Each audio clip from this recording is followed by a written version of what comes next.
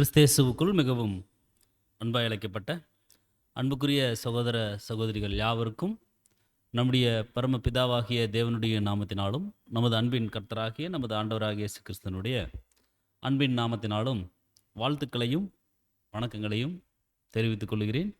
தேவனுடைய கிருபை, அவருடைய தயவு சென்று போன நாட்களில் நம்மை கிருபையாக பாதுகாத்து இந்த ஒரு நாளிலும் அவருடைய பரிசுத்தமுள்ள வார்த்தைகளை நாம் தியானிப்பதற்கு தேவன் பாராட்டிட்ட இரக்கமுள்ள காலங்களுக்கும் கிருபைகளுக்கும் நன்றிகளையும் துதிகளையும் நாம் அன்பின் கர்த்தர் வழியாக எடுத்துக்கொண்டு நாம் ஒவ்வொரு வாரமும் தியானித்து வருகிறதான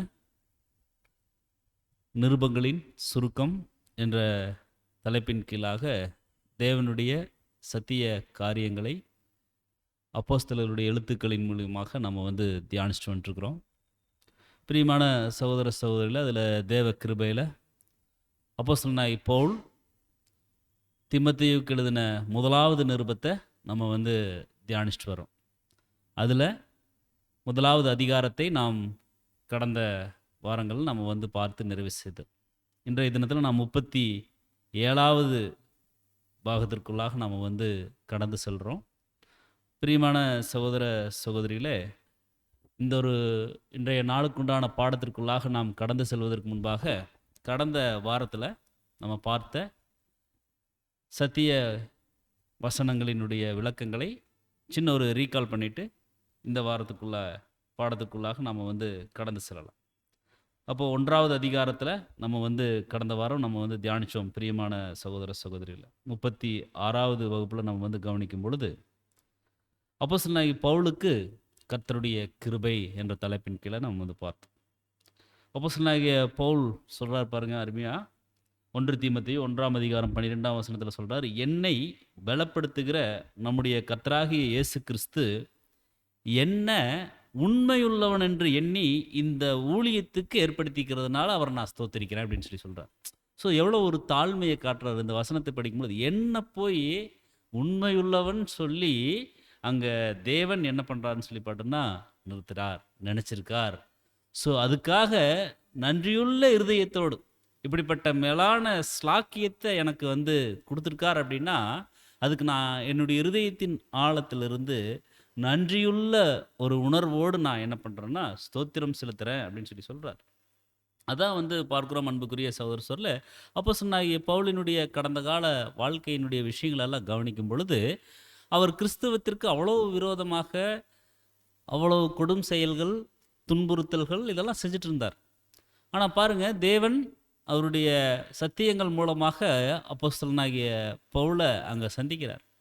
மகிமையின் கர்த்தர் சவுலாக இருந்த பவுல்கிட்ட சத்தியங்களை வெளிப்படுத்தும் பொழுது அதை அருமையாக கற்றுக்கொள்கிறார். கற்றுக்கொண்ட உடனே அவர் இதுதான் சத்தியம் தெரிஞ்ச உடனே அடுத்த நிமிடம் தன்னை சரண்டர் பண்ணிடுறார் தேவன்கிட்ட. அதெல்லாம் மனசில் வச்சுட்டு தான் சொல்கிறாரு, நான் கடந்த நாட்கள் இப்படியெல்லாம் இருந்துட்டேன், ஆனால் என்ன உண்மையுள்ளவனாக நினச்சிருக்காருன்னா நான் எவ்வளோ உண்மையாக இருக்கணும் அதைத்தான் அங்கே சொல்கிறார். ஸோ அங்கே அப்போஸ்தலனாகிய பவுல் கடந்து வந்த பாதைகளை அவர் நினச்சி பார்க்கிறார். ஒன்று செய்யணும், அந்த ஒன்று செய்வது என்னுடைய பிரதானமான நோக்கமாக இருக்குது அப்படின்னு சொல்கிறார். ஸோ அந்த ஒன்று செய்வதில் நான் என்றைக்கும் நான் பின்வாங்க மாட்டேன்னு சொல்கிறார். ஸோ அன்புக்குரிய சகோதர சகோதரில் எனக்கு பின்னானவைகள் நிறையா இருக்குது.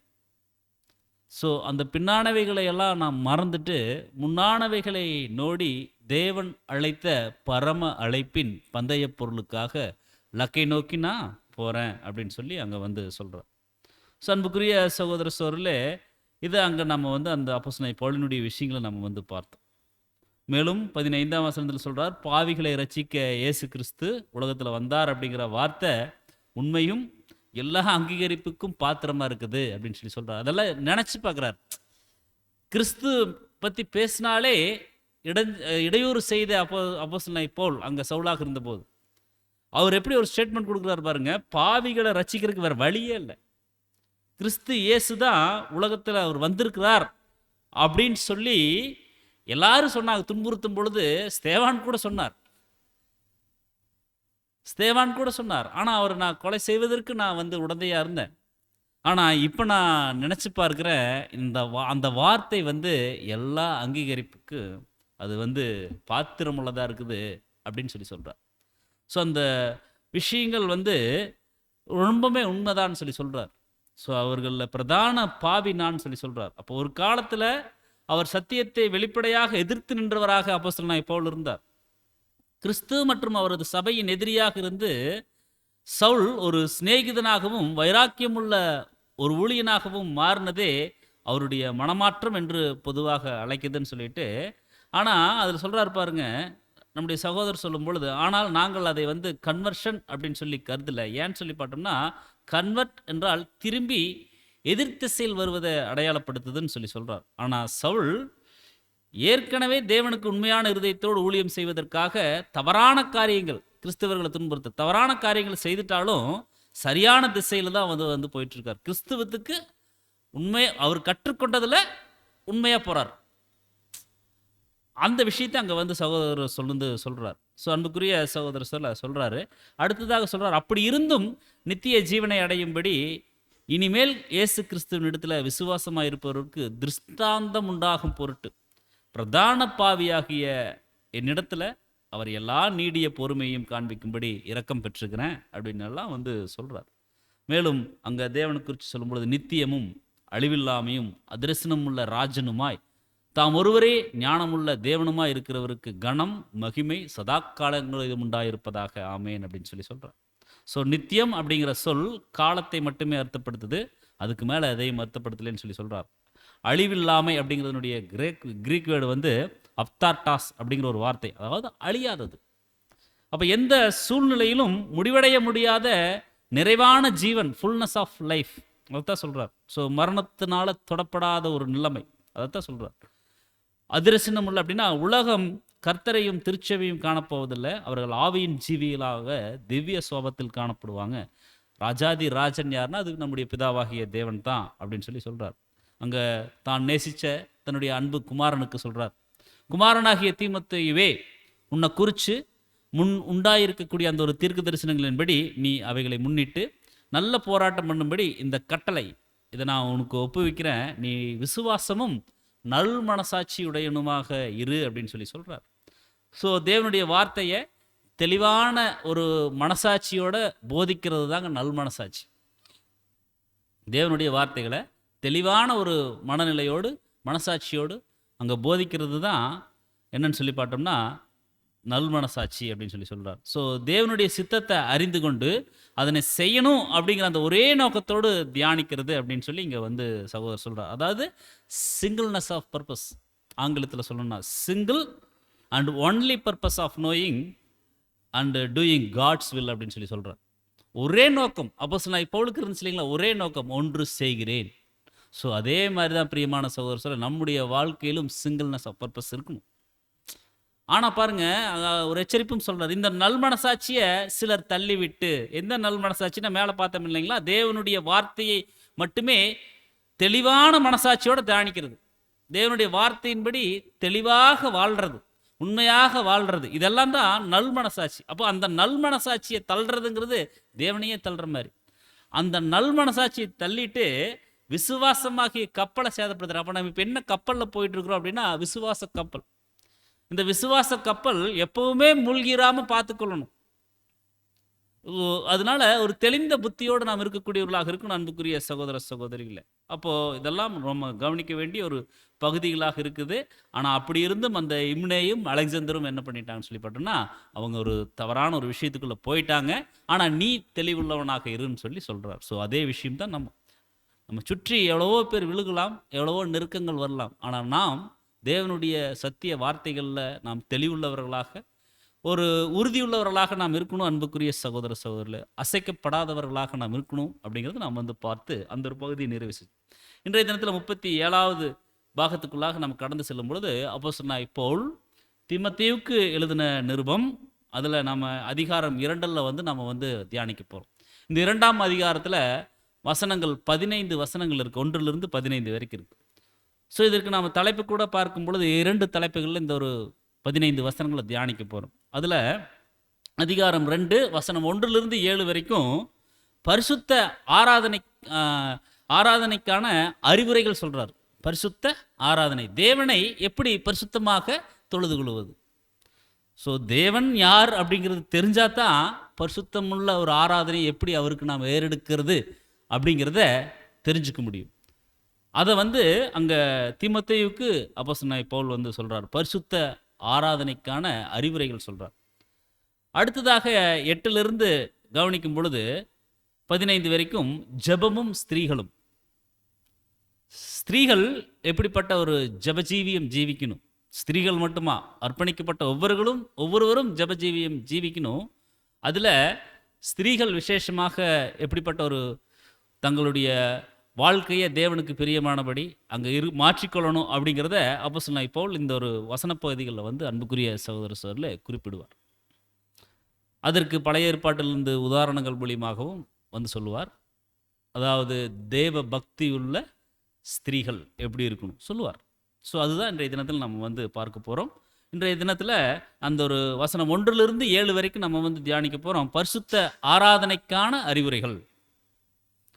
1 தீமோத்தேயு 2ஆம் அதிகாரம் வசனம் 1. நம்ம இந்த ஒரு பகுதிக்குள்ளாக கடந்து செல்லலாம். நான் பிரதானமாக சொல்கிற புத்தி என்ன? எல்லா மனுஷருக்காகவும் விண்ணப்பங்களையும் ஜெபங்களையும் வேண்டுதல்களையும் ஸ்தோத்திரங்களையும் பண்ணணும் அப்படின்னு சொல்கிறார். இது நான் பிரதானமாக சொல்கிறேன். எந்த விஷயத்தை நான் பிரதானமாக சொல்கிறேன் அப்படின்னா, அதாவது எப்போ நான் சொன்னாலும் இந்த விஷயத்தை நான் என்ன பண்ணுவேன்னா கோட் பண்ணுவேன், இதை நான் அறிவுறுத்துவேன். எப்போ எந்த விஷயம் அப்படின்னா, எல்லா மனுஷருக்காகவும் விண்ணப்பங்களையும் ஜெபங்களையும் வேண்டுதல்களையும் ஸ்தோத்திரங்களையும் பண்ணணும் அப்படின்னு சொல்கிறார். எல்லாருக்காகவும்.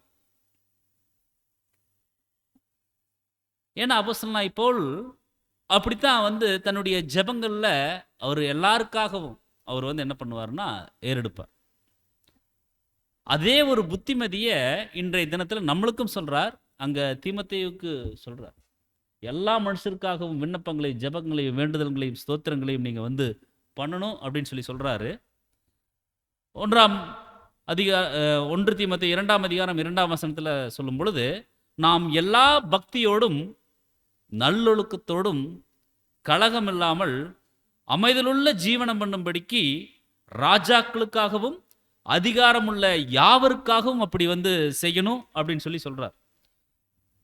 அதாவது நாம் எல்லா பக்தியோடும் நல்லொழுக்கத்தோடும், அந்த வார்த்தைகள் எல்லாம் பாருங்க, எல்லா பக்தியோடும் நல்லொழுக்கத்தோடும் கலகம் இல்லாமல் அமைதலுள்ள ஜீவனம் பண்ணும்படிக்கு ராஜாக்களுக்காகவும் அதிகாரமுள்ள யாவருக்காகவும் அப்படியே செய்யணும் அப்படின்னு சொல்றார். For Kings and for all that R in authority, that we may lead a quiet and peaceable life in all godliness and honesty அப்படின்னு சொல்றார்.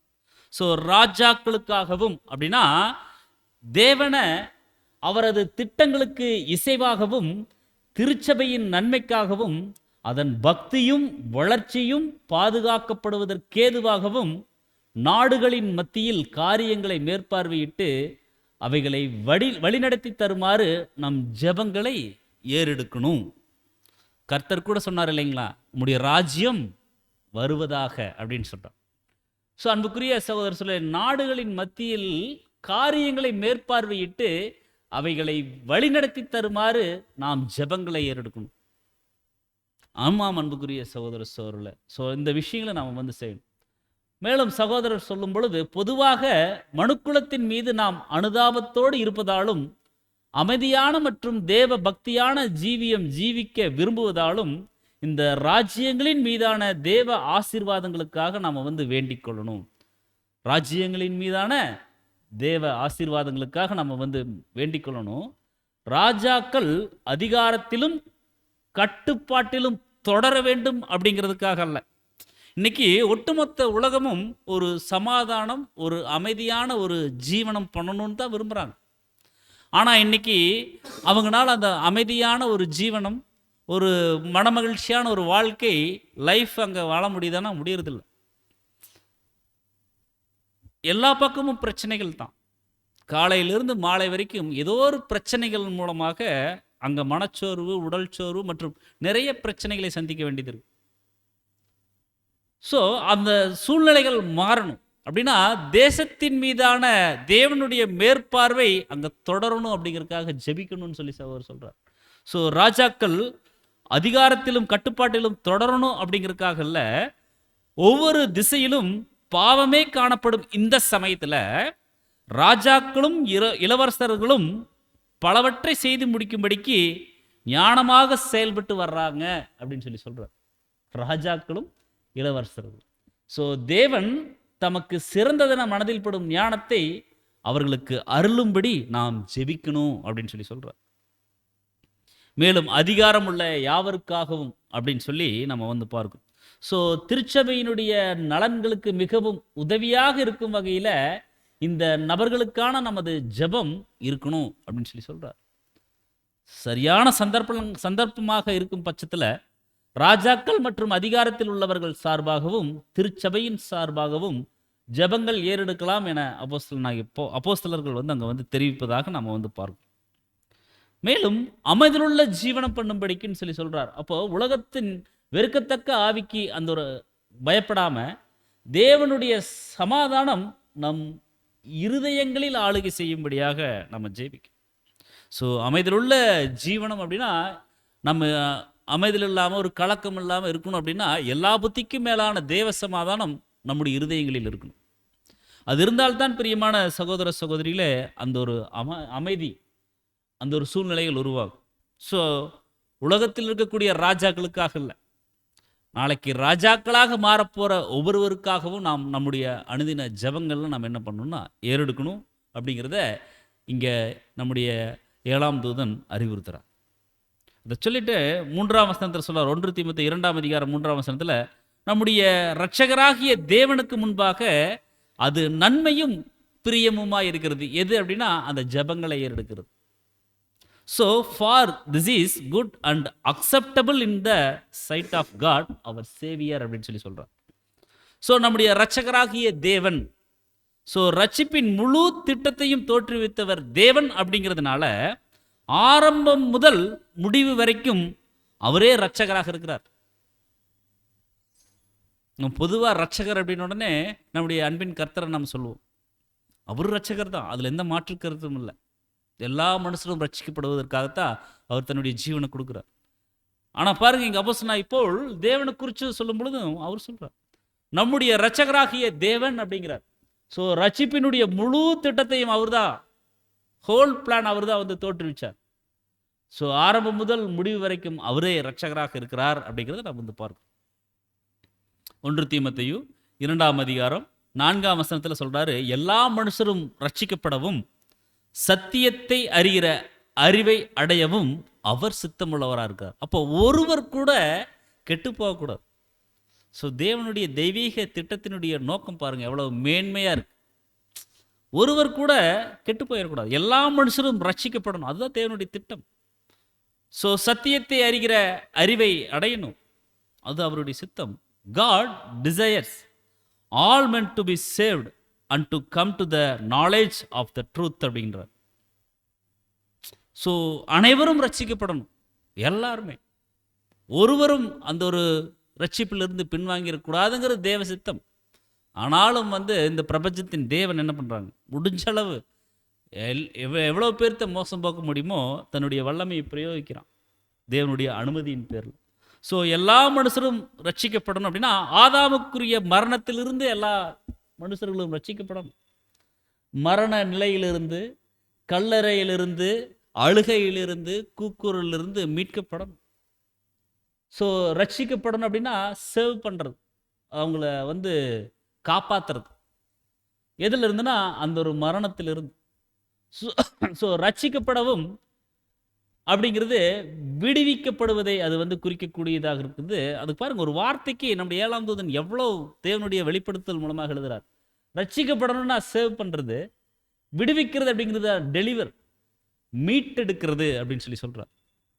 ஸோ அன்புக்குரிய சகோதர சோரில், ஏனெனில் அனைவரும் மீட்கும் பொருள் கொடுத்து மீட்கப்பட்டிருக்கிறது. இன்னைக்கு நம்ம சாதாரணமாக இங்கே வரல, நம்மளுக்கு தெரியும் ரேன்சம் நம்முடைய அன்பின் கர்த்தர் கொடுத்துருக்கார். தன்னுடைய ஜீவனை கொடுத்து, தன்னுடைய ரத்தத்தை கொடுத்து மீட்டிருக்கிறார், மீட்கும் பொருள் கொடுத்துருக்கார். ஸோ ஒரு பொருள் ரட்சிக்கப்படுவது என்பது முன்பு ஒரு பொருளை பெற்றிருந்து பின்னர் அதனை இழந்து போய் இறுதியாக மீட்டெடுப்பதை அது வந்து குறிக்குதுன்னு சொல்கிறார். அப்போ ஒரு பொருள் அது ரட்சிக்கப்படுறதுங்கிறது, அதை வந்து பெற்றிருக்கிறோம், அது இழந்துடுறோம், லாஸ் ஆயிடுது. அதுக்கப்புறம் அது மீட்டு கொடுக்கறது அப்படிங்கிறது எவ்வளோ அருமையாக இருக்கும். ஸோ அதை எங்கள் சகோதரர் வந்து சொல்கிறார். ஸோ வீழ்ச்சியின் தீமைகளிலிருந்து மீட்டெடுக்கப்படுவது, நிறைய வந்து ரட்சிக்கிறது அப்படிங்கிறதுக்கு நிறைய மீனிங் கொடுக்குறார் நம்முடைய சகோதரர். ஸோ வீழ்ச்சியினுடைய அந்த ஒரு தீமைகள், ஏன்னா இன்னைக்கு மனுக்குளம் பாருங்க, அந்த வீழ்ச்சிக்குள்ள போயிட்டு இருக்கு. அந்த வீழ்ச்சியிலிருந்து மீட்டெடுக்கணும், அந்த தீமையிலிருந்து மீட்டெடுக்கணும். அறியாமை, குருட்டுத்தன்மை மற்றும் காது கேளாமை. காது கேளாமைங்கிறது அந்த ஒரு செவிடர்கள், அந்த விஷயத்தை சொல்லலாம். ஸோ சத்தியத்தை கேட்காம செவியை விலக்கிக் கொள்றது. அதனால தான் கர்த்தர் என்ன சொல்றாருங்க, காதுள்ளவன் கேட்க கடவன். இன்னைக்கு எல்லாத்துக்கும் காது இருக்குது, கேட்கக்கூடிய காது இருக்குங்களா? சத்தியத்தை கேட்கக்கூடிய காது. சினிமா மற்றும் பொழுதுபோக்கு அம்சங்களை கேட்கறதுக்கு ரொம்ப காதை ரொம்ப ஷார்ப்பாக கொண்டு போவாங்க. ஆனால் தேவனுடைய சத்தியம் அப்படின்னா காது கேட்காது. ஸோ காது கேளாமை அப்படிங்கிறதுலேருந்தெல்லாம் ரட்சிக்கப்படுறது அப்படின்னு சொல்லி சொல்கிறார். அழிவிலிருந்து, கல்லறையிலிருந்து, ஏன்னா கல்லறையை ஓப்பன் பண்ணி வச்சது நம்முடைய ஆதி தகப்பன். ஸோ ஆதி தகப்பன் ஓப்பன் பண்ணிட்டாரு. ஆனால் பிந்தின ஆதாம் நம்முடைய அன்பின் கர்த்தர் அந்த மரணத்தவே வெற்றி சிறந்தவராக இருக்கிறார் அன்புக்குரிய சகோதர சகோதரி. ஸோ கிறிஸ்துவின் மரணமானது ஆதாமுக்கும் அவனது சந்ததியார் அனைவருக்கும் ரட்சிப்புக்கான ஒரு முழு வாய்ப்பையுமே பெற்று தந்துள்ளது அப்படின்னு சொல்லி சொல்றார். எவ்வளோ அருமையாக சொல்றார். ஸோ கிறிஸ்துவனுடைய மரணம் தாங்க ஒட்டுமொத்த மனுக்குளம். முதல்ல நம்ம படிச்சோம், எல்லா மனுஷரும் ரட்சிக்கப்படும், ஃபார் ஆல் மேன். ஸோ அவங்க ரட்சிக்கப்படணும் அப்படின்னா, அந்த மரணம் இல்லாமல் போகணும் அப்படின்னா, கர்த்தர் தன்னுடைய மீட்கும் பொருள், தன்னுடைய ஜீவனை கொடுத்து மீட்டிருக்கார். ஆனால் ஒன்றுக்கும் மேற்பட்ட வாய்ப்புகள் அங்கே வந்து காணப்படுவதில்லை அப்படின்னு சொல்லி சொல்கிறார். ஸோ அதனால தான் கர்த்தர் குறித்து சொல்லும் பொழுது யோவானோட சொல்லுவாங்க, இனி செலுத்தத்தக்க வேறொரு பலி இல்லை, ஒரே பலி அவர் தான். அதனால தான் கர்த்தருக்கு அந்த ஜீவனை கையளிக்கு தேவன்கிட்ட சரண்டர் பண்ணும்போது கூட ஒவ்வொரு சூழ்நிலைகளிலும் அவர் வந்து தேவன்கிட்ட கேட்டுட்டு இருந்தால் தான் ரத்த வியர்வை சிந்தினார் நம்ம வந்து படித்தோம். ஸோ ஒவ்வொரு சூழ்நிலைகளிலும் அவர் தேவன்கிட்ட கேட்குறாரு, அப்பா நான் கரெக்டாக பண்ணுறேன்னா, கரெக்டாக செய்கிறேன்னா, என்னுடைய பாதை சரியாக இருக்கா, உங்களுக்கு பிரியமாக இருக்கா, நீங்கள் சொன்னபடி தான் நான் செய்கிறேன்னா, அப்பப்போ செக் பண்ணிகிட்டே வர்றார். ஏன்னா ஒரு தப்பு நடந்துருச்சு அப்படின்னா இனி செலுத்தத்தக்க வேறு வழி இல்லாத ஒரு சூழல். ஸோ ஒட்டுமொத்த மனுக்குலத்தையும் அந்த ஒரு மரணம் அப்படிங்கிற அந்த ஒரு விஷயத்திலிருந்து, கல்லறை அப்படிங்கிற அந்த ஒரு காரியத்திலிருந்து, ஒரு சாபத்திலிருந்து மீட்டெடுக்கிறது கண்பின் கர்த்தருடைய மிக முக்கியமான ஒரு பணியாக இருக்குது அன்புக்குரிய சகோதரர் சார். அதைத்தான், அதனால தான் அங்கே வந்து சொல்கிறார், ஆனால் ஒன்றுக்கு மேற்பட்ட வாய்ப்புகள் அங்கே காணப்படுவதில்லை அப்படின்னு சொல்லி சொல்கிறார். ஸோ புதிய உடன்படிக்கை முத்திரையிடப்பட்டு அதன் நன்மையான ஏற்பாடுகள் ஆரம்பிக்கப்படக்கூடிய விஷயத்தை சொல்கிறார். எல்லாரையும் மீட்கு பொருளாக தம்மை ஒப்பு கொடுத்த மனுஷனாகிய கிறிஸ்து இயேசு அவர் தான்.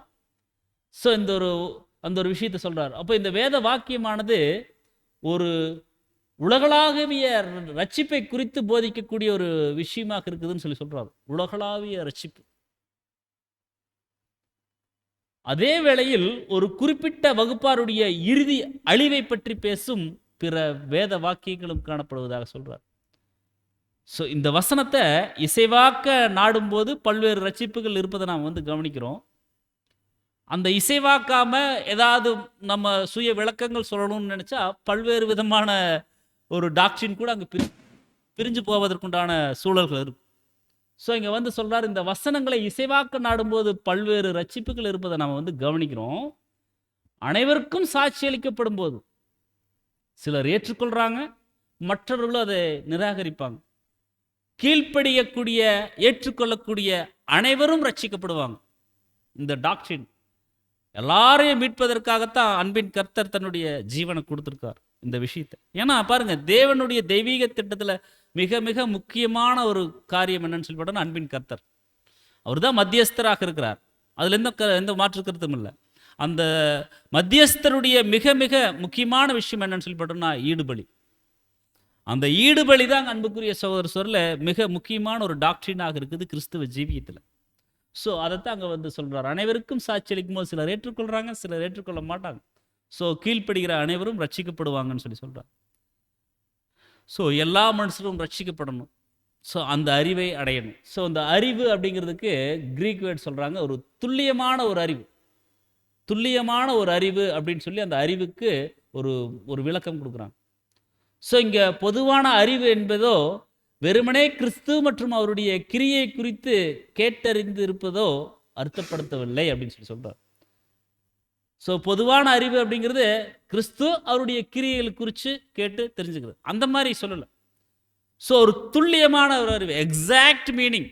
எல்லா மனுஷனும் ரட்சிக்கப்படணும்னா என்ன எக்ஸாக்ட் மீனிங், ஒரு துல்லியமான ஒரு அறிவு. அந்த அறிவை நீங்கள் வந்து பெற்றுக்கொள்ளணும் அப்படி சொல்லி அப்போஸ்தலனாகிய பவுல் சொல்கிறார்.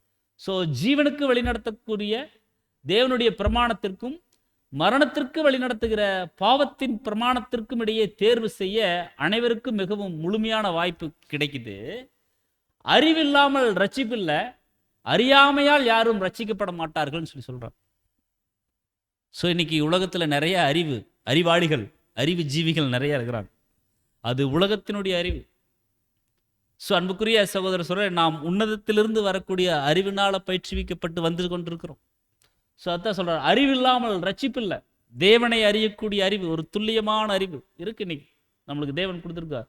ஸோ அறிவில்லாமல் ரட்சிப்பில்லை, அறியாமையால் யாரும் ரட்சிக்கப்பட மாட்டாங்கன்னு சொல்லி சொல்கிறார். ஸோ துன்மார்க்கர் என்று தீர்ப்பளிக்கப்படுவதற்கு முன்பு சத்தியத்தை பற்றிய முழுமையான தெளிவான அறிவுக்குள்ளாக அவங்க வந்து கொண்டு வரப்படுவாங்க அப்படின்னு சொல்லி சொல்கிறார். ஸோ சத்தியத்தின் அறிவுக்குள்ளாக கொண்டு வரப்படும் வரை நித்திய ஜீவனுக்கான சோதனையில் யாரும் இருக்க மாட்டாங்கன்னு சொல்லி சொல்கிறார். சத்தியத்தின் அறிவுக்குள்ளாக கொண்டு வரப்படும் வரை நித்திய ஜீவனுக்கான சோதனையில் யார் இருக்க மாட்டாங்க. ஆதாமின் சந்ததியின் ஒவ்வொரு அங்கத்தினையும் தேவனை அறிகிற முழு அறிவுக்கும் பாவம் மற்றும் மரணத்திலிருந்து மீண்டு வருவதற்கான முழு வாய்ப்பிற்கும் கொண்டு வரக்கூடிய விஷயத்தை அங்கே வந்து சொல்கிறார். ஸோ இவ்வாறு அனைவரும் இறுதியில் நித்திய ஜீவனுக்கான அந்த ஒரு வாய்ப்பை பெற்றுக்கொள்ளுவாங்க அப்படின்னு சொல்லி இங்கே சகோதரர் அருமையாக விளக்கம் கொடுக்குறார். ஸோ அன்புக்குரிய சகோதர சகோதரியிலே நாம் ஒரு வசனத்தை இப்படி நாம் பகுத்து ஆராய்ந்து படிக்கும் பொழுது தான் தேவன் நம்முடைய பரிசுத்த வேதாகமத்தில் எதற்காக அந்த ஒரு வார்த்தையை வைக்கிறார், அந்த வசனத்தை வச்சிருக்கிறார் அப்படிங்கிற அந்த ஒரு இம்பேக்ட் மேலே படித்தோம் இல்லைங்களா. ஒரு துல்லியமான அறிவை அன்புக்குரிய சகோதர சகோதரிகளை நாம் பெற்றுக்கொள்ள முடியும். ஸோ நீண்ட காலத்திற்கு முன்பே அழிக்கப்பட்ட தேசம் சோதோம் கூட வந்து தொழுது கொள்ளும் அப்படின்னு சொல்லி சொல்கிறார். சோதோம் கொமோரா பட்டணம் ஒரு அழிவுக்குள்ளே போச்சு இல்லைங்களா, அந்த விஷயத்தை சொல்கிறார். ஸோ கிறிஸ்துவின் ஆட்சியின் சாதகமான சூழ்நிலையின் கீழாக எல்லாமே கொண்டு வரப்படும். யெகோவா தேவனின் குணாதிசயத்தை அறிகிற அறிவை பரப்புவதன் மூலமாக மனுக்குலத்தை ஆசீர்வதிப்பதை மேசியா நிறைவேற்றுவார் அப்படின்னு சொல்லி சொல்கிறார். கிறிஸ்துவ நாடுகளாக இருந்தாலும் சரி, புறஜாதி நாடுகளாக இருந்தாலும் சரி, அனைவரும் சத்தியத்தை அறிகிற அறிவுக்குள்ளாக வந்துருவாங்க நாளைக்கு. பாருங்க, இன்னைக்கு ஒரு சில நாடுகளில், ஒரு சில மாவட்டம், மாநிலம், இந்த மாதிரி விஷயங்களில் ஊருக்குள்ளேயே கிறிஸ்துவத்தை ஒரு சிலர் ஏற்றுக்கொள்றதில்ல. கிறிஸ்துவர்கள் இருந்தாலும் அவங்கள வந்து துன்புறுத்துறாங்க. இன்னைக்கு இதெல்லாம் நடக்குது. ஸோ பாருங்கள், நாளைக்கு எல்லாமே மாறப்போகுது. கிறிஸ்துவ நாடுகளாக இருந்தாலும் சரி, புறஜாதி நாடுகளாக இருந்தாலும் சரி, அனைவரும் சத்தியத்தை அறிகிற அறிவுக்குள்ளாக வந்துடுவாங்க. அதுதான் எல்லா மனுஷரும் ரட்சிக்கப்படவும் சத்தியத்தை அறிகிற அறிவை அடையவும் தேவன் சித்தமுள்ளவராக இருக்கிறார். ஸோ இந்த அறிவு கோட்பாடு அளவில், அதாவது தியரிட்டிக்கலாக அங்கே வந்து இருக்காது. ஏனென்றால் மனுக்குலம் நடைமுறை அனுபவத்தின் மூலமாக அதற்குள்ளாக கொண்டு வரப்படுவார்கள் அப்படின்னு சொல்லி சொல்கிறார். ப்ராக்டிக்கல், அங்கே தியரிட்டிக்கலாக படித்து இப்போ நம்ம படிக்கிற இந்த மாதிரி இருக்குது, ப்ராக்டிக்கலாக அங்கே வந்துடுவாங்கன்னு சொல்லி சொல்கிறார். ஸோ அப்போ சூழ்நிலை எப்படின்னா, பூமி கர்த்தரை அறிகிற அறிவினால் நிறைந்திருக்கும். எப்படி சமுத்திரம் ஜலத்தினால் நிறைந்திருக்கிறது போல பூமி கர்த்தரை அறிகிற அறிவினால் நிறைஞ்சிருக்கும். ஸோ அவருக்கு ஊழியம் செய்வதற்கும் கீழ்ப்படிவதற்கும் மகிழ்ச்சி அடையும் அனைவரையும் மனம் மற்றும் சரீரம் சார்ந்த பரிபூரணத்திற்கு சீர்பொருந்த செய்வதும் இதில் அடங்கக்கூடியதாக இருக்குது அப்படின்னு சொல்லி அங்கே சகோதரர் சொல்கிறார். ஸோ சத்தியம் அவர்களை சுத்திகரித்து பரிசுத்தமாக்கி பாவம் மற்றும் மரணத்தின் அடிமைத்தனத்திலிருந்து அவர்களை விடுவிப்பதற்கு முன்பாக ஃபஸ்ட்டு அவங்க சத்தியத்தை அறிந்து கொள்ளணும். அறியாமை அல்லது தவறான புரிதலின் காரணமாக யாரும் அழிந்துவிடக்கூடாது அப்படின்னு சொல்லி தேவன் சித்தம் கொண்டிருக்கிறார். ஒன்றுமே தெரியாமல் அப்படியே அழிஞ்சு போகிறது தேவ சித்தம் இல்லை. அதான் சொல்கிறார், அறியாமை மற்றும் தவறான புரிதலின் காரணமாக யாரும் அழிஞ்சு போயிடக்கூடாது. அப்படின்னா இன்னைக்கு ஒட்டுமொத்த உலகமும் எப்படி இருக்குன்னு சொல்லி பார்த்தோம்னா, தவறான புரிந்து கொள்ளுதல். தேவன் யாருன்னு தெரியல, யெகோவா தேவன் தெரியல, அன்பின் கர்த்தர் தெரியல. ஒரு சில பெயர் கிறிஸ்தவர்களுக்கு கர்த்தர் தெரியுது, ஆனால் புற மதத்தாருக்கு கர்த்தர் தெரியல. அவருடைய ஈடுபலியின் புண்ணியம் தெரியல. எதற்காக தன் ஜீவனை கையளிச்சா தேவனுக்கு பிரியமானபடி தெரியல. ஸோ அதைத்தான் அங்கே சொல்கிறார். அன்புக்குரிய சகோதரர்களே, அறியாமை மற்றும் தவறான புரிதலின் காரணமாக யாரும் அழிந்துவிடக்கூடாது என்று தேவன் சித்தம் கொண்டிருப்பதால அனைவரும் அறிவு ஒளி, அதுதான் அறிவு ஒளி, தேவனை அறிந்து கொள்ளக்கூடிய அந்த ஒரு அறிவினுடைய ஒளி அடையும்படிக்கு அவர் முழு ஏற்பாடு செஞ்சிருக்கிறார். தேவனுடைய தெய்வீக திட்டத்தில் சார்ட் ஆஃப் ஏஜஸ் நம்ம கவனிக்கிறோம். சுவிசேஷ யுகம் முடிஞ்ச உடனே அடுத்து மேசியாவின் யுகம், சத்தியம் போதிக்கப்படும். அதுக்கப்புறம் கீழ்ப்படுகிறவங்க எப்படி இருப்பாங்கன்னு சொல்லி போட்டோம்னா, ஒரு அருமையான ஒரு ஆசீர்வாதத்துக்குள்ள வந்துடுவாங்க. யுகா யுகம் அது கடந்து செல்லும். ஸோ அன்புக்குரிய சகோதர சகோதரிகளே, அப்படிப்பட்ட மேலான ஏற்பாடை தேவன் வச்சிருக்கார். ஸோ சத்தியத்தை அறிகிற அறிவே அந்த ஒரு ஒளி. மேலும் கிறிஸ்து உலகத்திலே வந்த எந்த மனுஷனையும் பிரகாசிக்க செய்யக்கூடிய அந்த மெய்யான ஒளியாக இருக்கிறார் அப்படின்னு சொல்லி நாம் பார்க்கிறோம். அப்போ உலகத்தில் வந்த எந்த மனுஷனும், எந்த மதமாக இருந்துட்டாலும் சரி, யாராக இருந்துட்டாலும் சரி, உலகத்தில் பிறந்தாச்சு அப்படின்னா பாருங்க எவ்வளவு அருமையா யோவான் அப்போஸ்தலன் சொல்றாரு பாருங்க. உலகத்தில் பிறப்புன்னு ஒரு ஜீவன் பிறந்துருச்சு அப்படின்னா சொல்றார், உலகத்தில் வந்த எந்த மனுஷனையும் பிரகாசிப்பிக்கிற ஒளியே அந்த மெய்யான ஒளி கர்த்தர். அவர் மூலமாக வந்த சத்தியம், தேவன் கொடுத்த சத்தியம். இந்த விஷயங்கள் எல்லாம் அன்புக்குரிய சகோதர சகோதரி சொல்றார். ஸோ அதை அடையணும் அப்படின்னா 1000 ஆண்டு யுகத்தின் போது, கிறிஸ்துவின் ஆளுகையின் போது அனைவருமே அறிவொளி அடையும்படிக்கு தேவன் முழு ஏற்பாடு செஞ்சிருக்கார். மீண்டும் அதே வார்த்தையை நம்முடைய சகோதரர் சொல்றார். அனைவருமே அறிவொளி அடையும்படிக்கு தேவன் முழு ஏற்பாடு பண்ணியிருக்கார். பாதி ஏற்பாடு இல்லைங்க, முழுசா ஏற்பாடு பண்ணி வச்சிருக்கார். ஸோ மரித்தவர்கள் அறிவை பெற்றுக்கொள்ளக்கூடிய நிலைக்கு வர வேண்டுமானால் முதலில் அவர்கள் எழுப்பப்படணும் அப்படின்றார். மரித்தவர்கள் ஃபர்ஸ்ட் எழுந்திருக்கணும். ஸோ அதை அடையணும். அந்த உயிர்த்தெழுதலை ஃபர்ஸ்ட் அடைஞ்சதுக்கு அப்புறம் அவங்களுக்கு சத்தியம் சொல்லப்படும். ஸோ அவர் சித்தமுள்ளவராக இருக்கிறார். ஸோ இங்குள்ள ரட்சிப்பானது தெளிவாக நிபந்தனையற்ற ஒன்றாகும் அப்படின்னு சொல்லி சொல்றார். மேலும் தேவனுடைய சித்தத்தை மட்டுமே சார்ந்திருக்கக்கூடிய ஒரு காரியமாக இருக்கு. ஸோ அவர் சித்தமுள்ளவராக இருக்கிறார் அப்படின்னா வாஞ்சிக்கிறார் என்பதாக அல்ல, மாறாக அவர்கள் ரட்சிக்கப்பட அவர் சித்தமுள்ளவராக இருக்கிறார் அல்லது தீர்மானம் பண்ணிட்டார், தீர்மானித்திருக்கிறார். ஸோ அதனால தான் இங்கே அப்போஸ்தலனாகிய பவுல் சொல்லும் பொழுது சித்தமுள்ளவராக இருக்கிறார்னு சொல்லி சொல்றார். அவர் வாஞ்சிக்கிறாருங்க, விரும்பிட்டாருங்க அப்படிங்கிற மாதிரி எல்லாம் உறுதியா ஸ்டெஃபனா சொல்றாங்க, ரட்சிக்கப்பட அவர் சித்தமுள்ளவராக இருக்கிறாரு அல்லது தீர்மானிச்சிட்டார். எல்லா மனுஷரும், உலகத்தில் பிறந்த எந்த மனுஷனும் பிரகாசிக்கணும், கிறிஸ்துவின் ஒளியை பிரகாசிக்கணும், அது தேவ சித்தமா இருக்கு. ஸோ என் ஆலோசனைகள் நிலை நிற்கும், தீர்மானம் பண்ணிட்டார், தேவன் தீர்மானம் பண்ணிட்டாரு. ஸோ என் ஆலோசனை நிலை நிற்கும், எனக்கு சித்தமானவைகளை எல்லாம் செய்வேன். பாருங்க எவ்வளவு அருமையான ஒரு வாக்குத்தத்தம் நம்மளுக்கு இன்னைக்கு கிடைக்குது. தேவனுடைய தெய்வீக திட்டத்தில் ஒரு விஷயத்தை நம்ம இன்னைக்கு உணர்றோம். என்னன்னா எல்லா மனுஷரும் ரட்சிக்கப்படணும், அது தேவ சித்தம். அவர் தீர்மானம் பண்ணிட்டார், அவர் சித்தமுள்ளவராக அவர் தீர்மானம் பண்ணிட்டார். அப்படி தீர்மானம் பண்ணினதுக்கு அப்புறம் அந்த ஆலோசனை தாங்க நிலை நிற்கும்.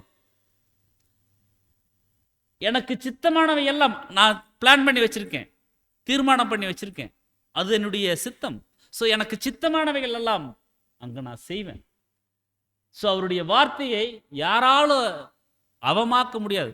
அதெல்லாம் ஒன்றும் இல்லைங்கன்னு யாரும் கொலாப்ஸ் பண்ண முடியாது தேவனுடைய தெய்வீக திட்டத்தை.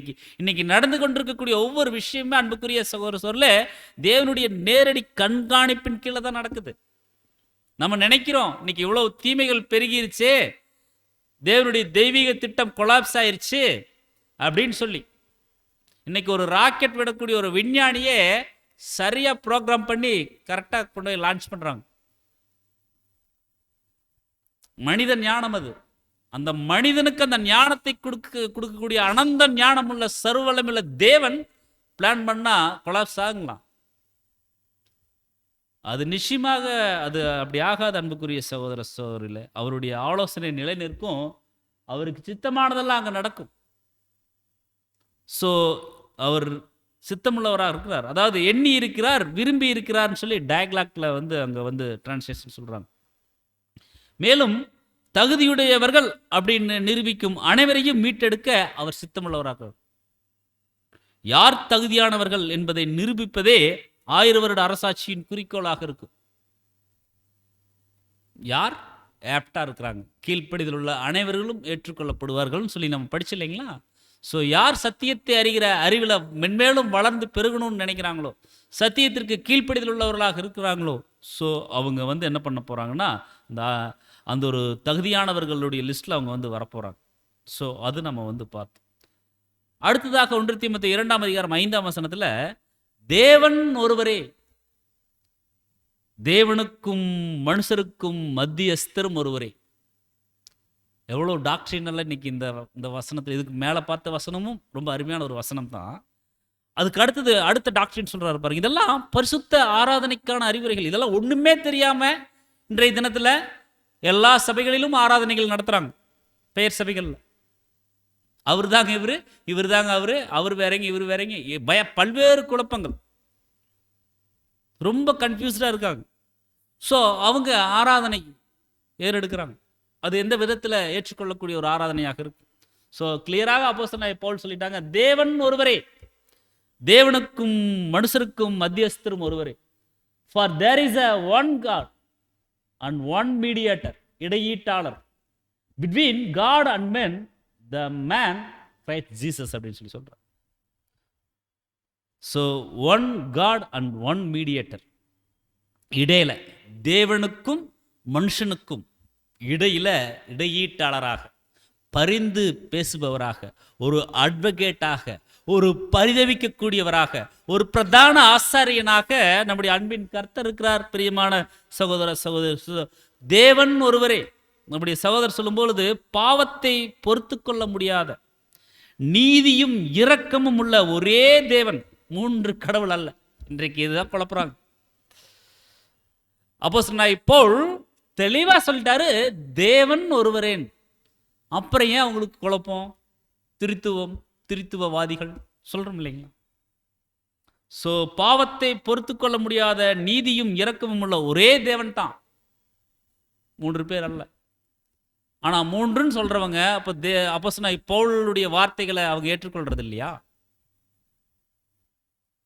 ஸோ அவர் குமாரன் மூலமாக ரட்சிப்பை நிறைவேற்றார். இந்த வசனமே பாருங்க எவ்வளவு அருமையா பிரித்து படிக்கும் பொழுது, தேவன் ஒருத்தர் இருக்கிறார், தேவனுக்கும் மனுஷருக்கும் மத்தியஸ்தர் ஒருத்தர் இருக்கிறார், அவர் தான் கிறிஸ்து இயேசு. ஸோ இதை வந்து புரிஞ்சு கொள்ள மாட்டேங்கிறாங்க. ஸோ அங்க வந்து அவர் குமாரன் மூலமாக ரட்சிப்பை தேவன் நிறைவேற்றார். மனுஷருக்கும் அப்படின்னா விழுந்து போன பாவமுள்ள மனுஷர், உலக மனுக்குலம். ஸோ இதில் சபை வகுப்பார், திருச்சபையின் பிள்ளைகள் சேர்க்கப்படுறதில்லை. அந்த மனுஷர் அப்படிங்கிறது, அதாவது தேவனுக்கும் மனுஷருக்கும் அப்படிங்கிறதுல, அந்த மனுஷர் அப்படிங்கிறதுல சபை வகுப்பார் சேர்த்து கொள்ளப்படுறதில்லை. அவங்க தேவனுடன் மனுஷரை ஒப்புரவாக்கும் பணியில பங்கடைந்திருப்பார்கள் அப்படின்னு சொல்லி சொல்றார். ஸோ மத்தியஸ்தரும் ஒருவரே அப்படின்னா, அந்த மத்தியஸ்தர் அப்படிங்கிறதுக்கு கிரீக் வேர்டு மெசிடேஷ் அப்படிங்கிற ஒரு வார்த்தை கொடுக்குறாங்க.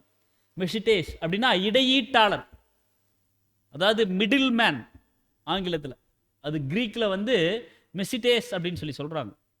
அப்புறம் ரிகன்சிலர் அப்படின்னா ஒப்புரவாக்குபவர். அதாவது மீண்டும் அதுக்கு இன்னும் விளக்கம் புரியுற மாதிரி நம்ம 7ஆம் சொல்லும்பொழுது, 2 ஆட்கள் அல்லது குழுக்களுக்கு இடையே தூது செல்பவர். 2 பேர் இருக்கிறாங்க, 2 பேர்த்துக்கு மத்தியில் 2 பேர். ஏன்னா முதல்ல தேவனை வந்து பார்த்துட்டோம், அவர் பாவத்தினுடைய விஷயங்கள் அவருக்கு வந்து நெருங்க முடியாது. அவர் பாவத்தை வந்து பார்க்காத ஒரு சுத்தக்கண்ணராக. ஸோ அன்புக்குரிய சகோதரர்களே, பாவம் அப்படிங்கிற விஷயம் அவருனால ஏற்றுக்கொள்ள முடியாத ஒரு காரியமா இருக்குது. ஆனா மனுக்குலம் எப்படி இருக்குங்க? பாவத்துல தான் இருக்குது. அப்ப என்ன பண்றது? எப்படி தேவனை தரிசிக்க முடியும்? தேவன் டைரக்டா பாவத்தில் இருக்கக்கூடியவங்களை பார்க்க மாட்டார். ஸோ இடையீட்டாளர் ஒருவர் வேணும். அந்த இடையீட்டாளர் சாதாரணமாக வந்துட முடியுமா? அவர் மீட்கும் பொருள் கொடுக்கணும். எப்படி கொடுக்கணும் அப்படின்னா, தன்னுடைய ஜீவனையே, தன்னுடைய ரத்தத்தையே அங்கே சிந்தணும். இதெல்லாம் தேவனுடைய தெய்வீக திட்டத்தினுடைய சாராம்சங்களாக இருக்குது. அன்புக்குரிய சகோதர சொல்ல, இரு ஆட்கள் அல்லது குழுக்களுக்கு இடையே தூது செல்பவர், கோ பிட்வீன் அப்படின்னு சொல்லி சொல்றார். கவனிக்கலாங்க அடுத்த வார்த்தை. மத்தியஸ்தர் அப்படிங்கிற அந்த ஒரு வார்த்தையின் வேதாகம பயன்பாடானது அந்நியப்பட்ட தரப்பினருக்கு இடையே ஓர் உடன்படிக்கையின் மத்தியஸ்தராக இருக்கிறத அது வந்து குறிக்குது அப்படின்னு சொல்லி சொல்றார். ஒரு மத்தியஸ்தர் அப்படிங்கிறவர் கருத்து வேறுபாடு கொண்ட இரு நபர்களுக்கு இடையில் அவர்களை ஒப்புரவாக்கும் நோக்கில் செயல்படக்கூடியவராக இருக்கிறார். 2 பேர் இருக்கிறாங்க, கருத்து வேறுபாடு. தேவன் கிட்ட அவர்கிட்ட கருத்துக்கு வேறுபாடுக்கு வாய்ப்பு இல்லை. மனுக்குலமாகிய ஜனங்கள் கிட்ட தான் கருத்து வேறுபாடுகள் உண்டான சூழல். ஏன்னா இங்க இருள் இருக்குது, அங்க வெளிச்சம் இருக்குது. என்னைக்குமே இருள் வெளிச்சத்தை பகைக்கும். ஸோ அந்த மாதிரி ஒரு சூழல். ஸோ அதுக்காகத்தான் அங்க கர்த்தர் என்ன பண்றாருன்னா, தன்னுடைய ஜீவனை கொடுத்து மத்தியஸ்தராக வர்றார். அடுத்தது, அவர் இப்போது நமது பரிந்து பேசுபவராக இருக்கிறார். போக போக அவர் உலகத்தின் மத்தியஸ்தராக இருக்க போறார் கர்த்தர். பாருங்க, கர்த்தருக்கு என்ன ரோல். அவர் இப்போது நமது பரிந்து பேசுபவராக இருக்கிறார். போக போக அவர் உலகத்தினுடைய மத்தியஸ்தராக இருக்க போறார். உலகத்துக்காக பரிந்து பேச போறார்.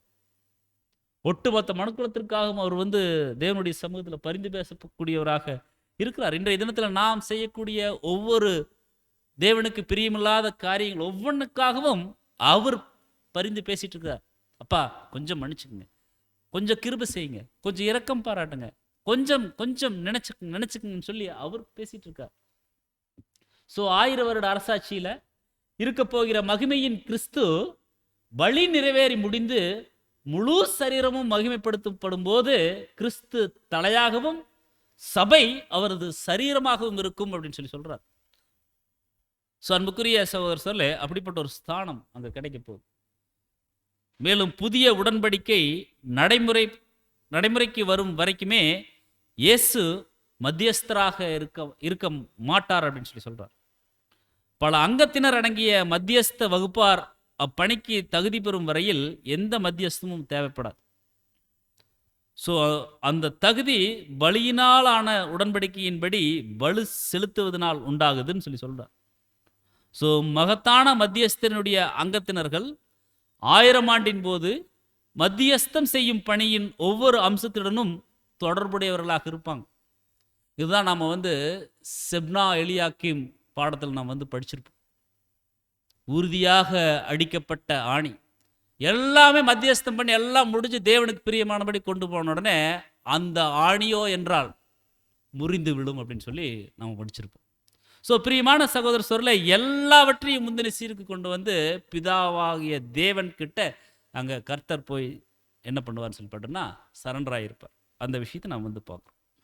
ஸோ நியாயப்பிரமாண உடன்படிக்கையின் மத்தியஸ்தராக இருந்த மோசே புதிய உடன்படிக்கையின் மத்தியஸ்தரான இயேசுவிற்கு ஒரு நிழலாக இருக்கிறார்.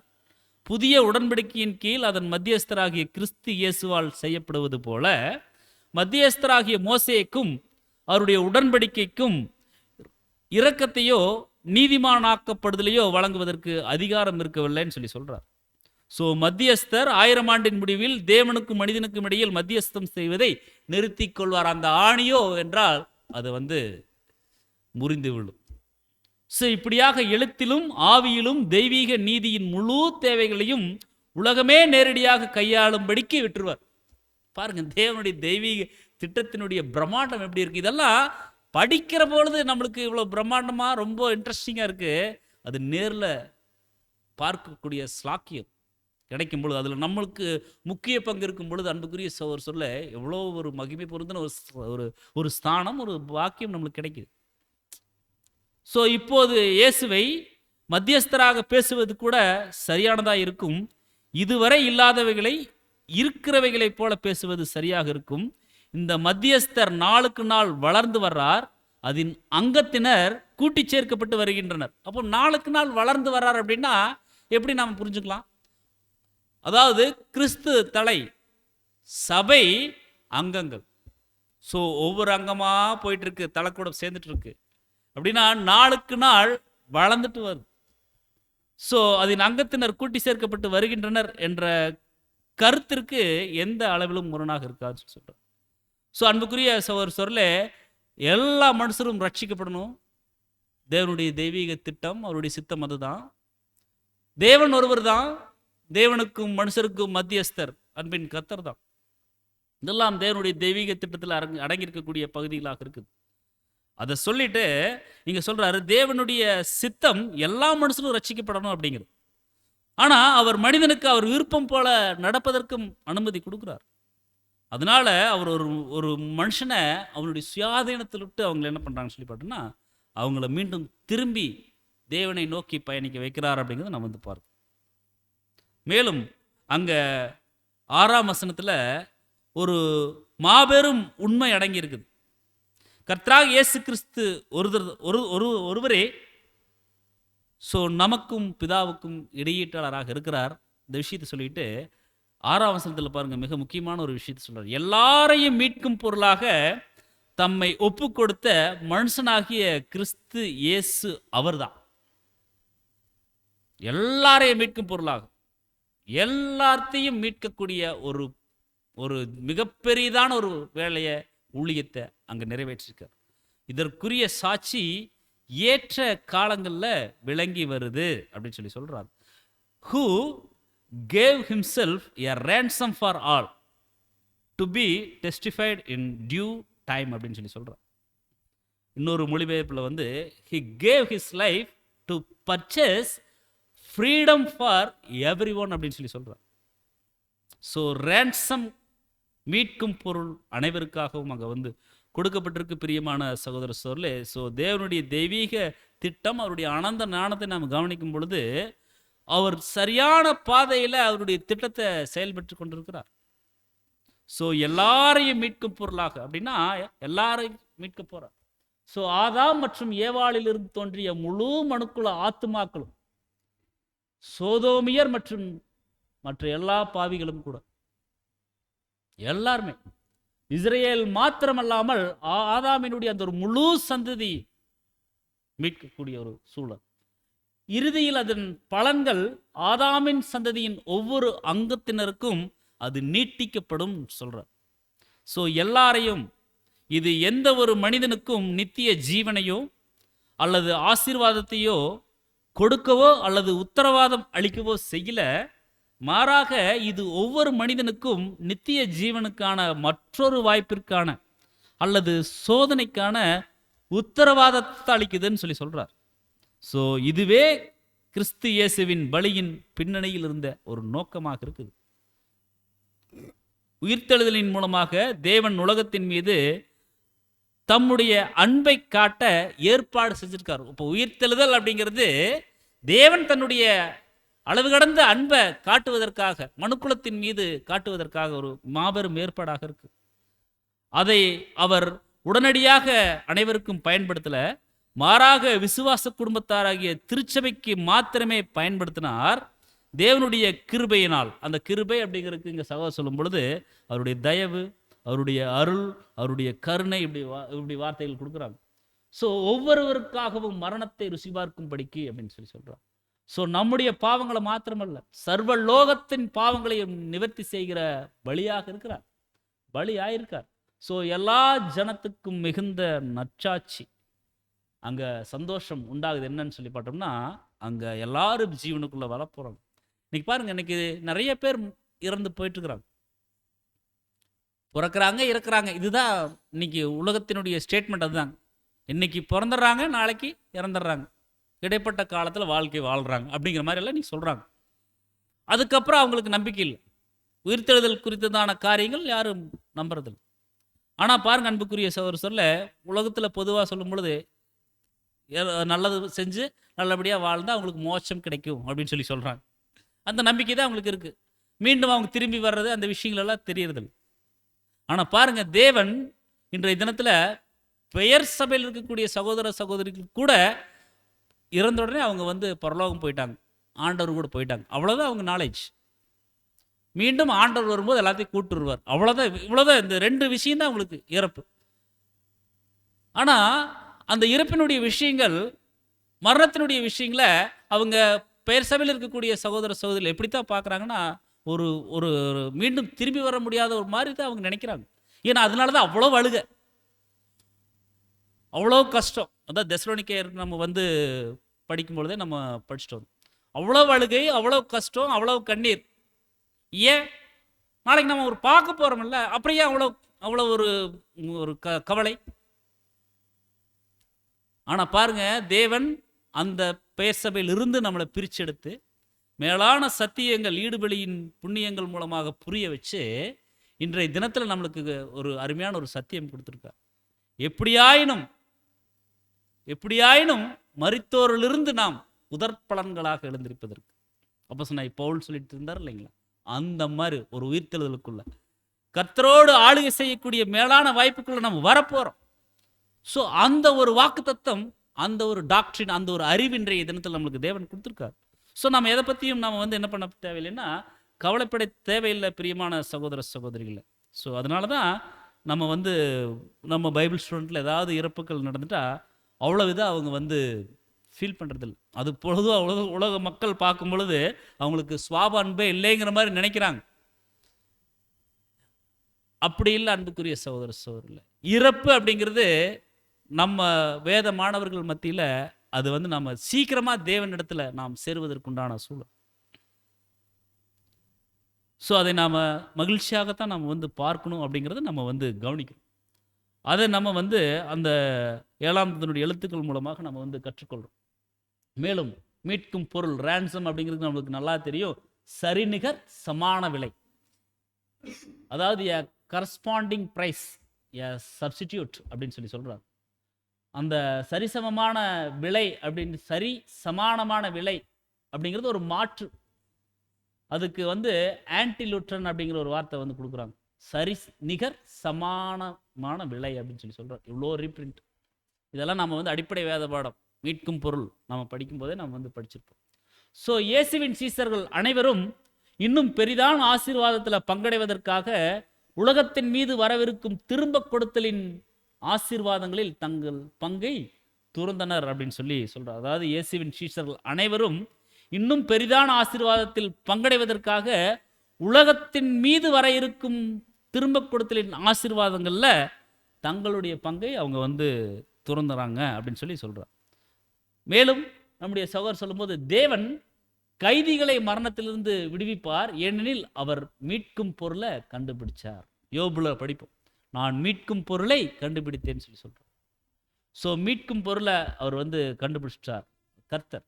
ஸோ சமானமான தொகையை செலுத்துவதன் மூலமாக சிறையிருப்பிலிருந்து அல்லது தண்டனையிலிருந்து அல்லது பறிமுதல் பண்ணப்பட்டதிலிருந்து மீட்டுக்கொள்வது அப்படின்னு சொல்லி சொல்கிறார். அடிமைத்தனம் அல்லது தண்டனையிலிருந்து விலை கொடுத்து வாங்கிறது, மீட்பு தொகை கொடுத்து மீட்கிறது. கைதிகளை எதிரியிடமிருந்து மீட்பது போல மீட்பு தொகையை கொடுத்து வழங்குவதன் மூலமாக விடுவிப்பது. இப்படிப்பட்ட வாய்ப்புகள் அங்கே கர்த்தருடைய ஈடுபலியின் புண்ணியங்கள் மூலமாக தேவன் என்ன பண்ணியிருக்காருன்னா செய்திருக்கார் அன்புக்குரிய சகோதர சகோதரிகளை. ஸோ அது சொல்லிட்டு அடுத்த ஸ்லைட். ஸோ சிறையிருப்பு அல்லது தண்டனையிலிருந்து மீட்பதற்காக செலுத்தப்படக்கூடிய ஒரு விலையாக இருக்குது. மனிதனை மரணத்திலிருந்து திரும்ப வாங்குவதற்கான ஒரு பெயர் வந்து அங்கே மீட்கும் பொருளாக இருக்கு. ஸோ மனித உயிருக்கு மனித உயிர் அப்படிங்கிறது தான் சட்டப்பூர்வமான மீட்கும் பொருள். இது நம்ம நியாய பிரமாணத்திலேயே நம்ம வந்து படிச்சிருக்கோம். பல்லுக்கு பல், கண்ணுக்கு கண், ஜீவனுக்கு ஜீவன். ஸோ மனித உயிருக்கு மனித உயிர் அப்படிங்கிறதா சட்டப்பூர்வமான மீட்கும் பொருள். ஸோ ஆதாமிற்காக கிறிஸ்து இயேசுவால் அங்கே வந்து சரிநிகர் சமானமான ஒரு விலை நிர்ணயிக்கப்பட்டு கொடுக்கப்பட்டுச்சு. ஸோ மீட்கும் பொருளினுடைய நோக்கமே கவனிக்கலாங்க. மீட்கும் பொருளினுடைய நோக்கம் என்ன? யாரோ ஒருத்தர் கேட்குறாங்க நம்மகிட்ட. மீட்கும் பொருளின் நோக்கமே பாவத்திலிருந்து நீதிமானாக்கப்படுவதற்காகவோ பாவம் செய்வதை மீட்டு கொண்டு மீண்டும் பாவ வாழ்வை தொடர்வதற்காக அல்ல.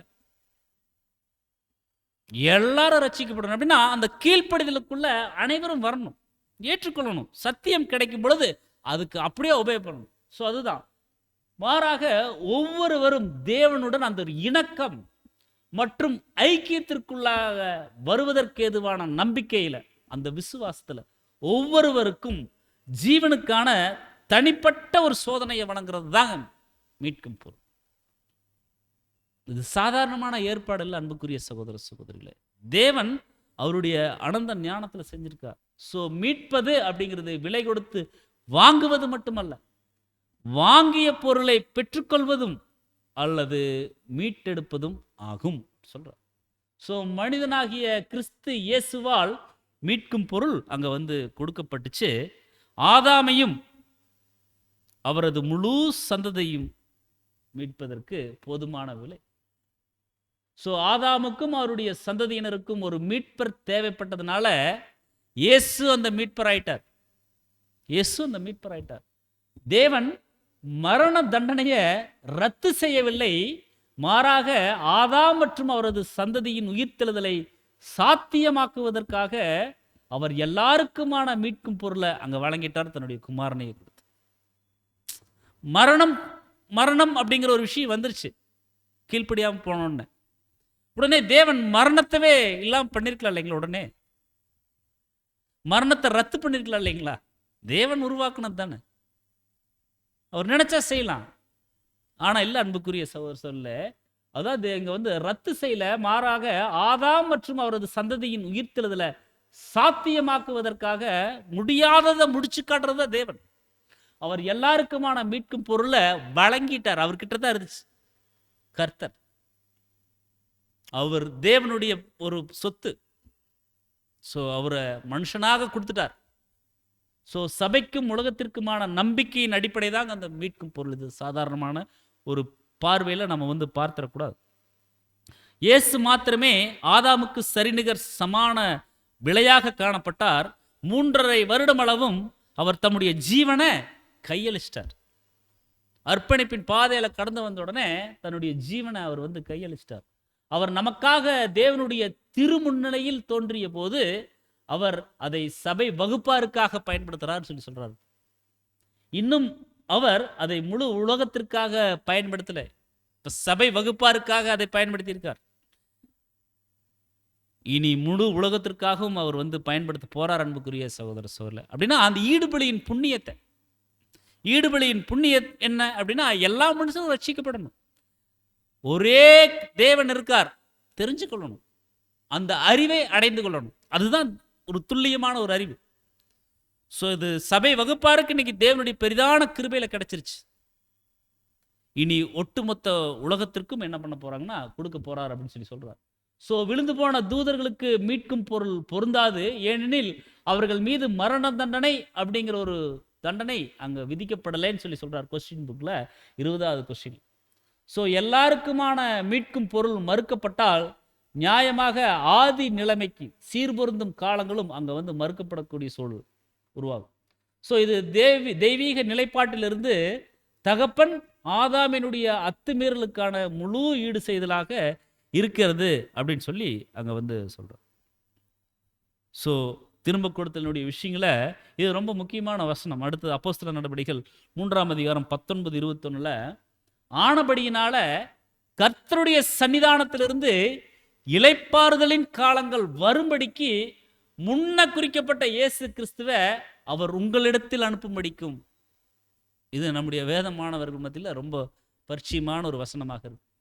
உங்கள் பாவங்கள் நிவர்த்தி செய்யப்படும் பொருட்டு நீங்கள் மனம் திரும்பி குணப்படுங்கன்னு சொல்லிட்டு பாருங்க. உலக தோற்றத்திற்கு முன் தேவன் தம்முடைய பரிசுத்த தீர்க்கதரிசிகள் எல்லாருடைய வாக்கினாலும் உரைத்தவைகள் எல்லாம் நிறைவேறி தீரும் காலங்கள் வருமளவும் பரலோகம் அவரை வந்து ஏற்றுக்கொள்ளணும் அப்படின்னு சொல்லி சொல்றார்.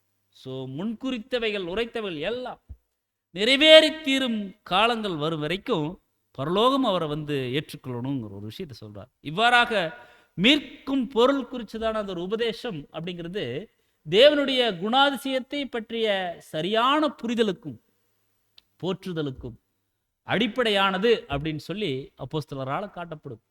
ஸோ ஆதாமுக்குரிய அந்த ஒரு ஆக்கினையிலிருந்து மனுஷனை மீட்பதற்கு மீட்கும் பொருள் நிச்சயம் அவசியமாக இருக்குது அன்புக்குரிய சகோதர சகோதரிகள். ஸோ இயேசுவினுடைய மரணத்தின் மூலமாக மீட்கும் பொருள் செலுத்தப்பட்டது அப்படிங்கிறத ஒப்புக்கொள்வது மரணமே தண்டனை அப்படிங்கிறதையும் திரும்ப கொடுக்கப்படுதல் உறுதி அப்படிங்கிறதையும் ஒப்புக்கொள்றது. புரியுதுங்களா?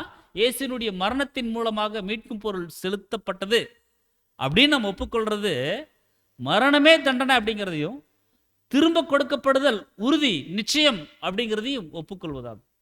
ஸோ சபை மீட்கும் பொருளின் ஒரு பகுதியாக இருப்பதில்லை. கிறிஸ்து தமது மனித சுவாபத்தை மீட்கும் பொருளாக கொடுத்ததால் அவருடைய பரமபிதா அவருக்கு திவ்ய சுவாபத்தை கொடுத்திருக்கார், டிவைன் நேச்சர். ஸோ மீட்கும் பொருளே நற்செய்தியினுடைய மையமும் சாராம்சமுமாக இருக்குது அன்புக்குரிய சகோதர சகோதரிகளே. மீட்கும் பொருள் தான் மிக முக்கியம் அப்படின்னு சொல்றார். ஸோ தம்மை ஒப்பு கொடுத்த மனுஷனாகிய கிறிஸ்து இயேசு யோர்தானில் தம்மை முன்வைத்து அனைத்தையும் பிதாவின் சித்தத்திற்கு ஒப்பு கொடுத்த போது கல்வாரியில் முடிந்தது. ஃபர்ஸ்ட் யோர்தானில் ஆரம்பிச்சார் அவருடைய அர்ப்பணிப்பின் வாழ்க்கையை.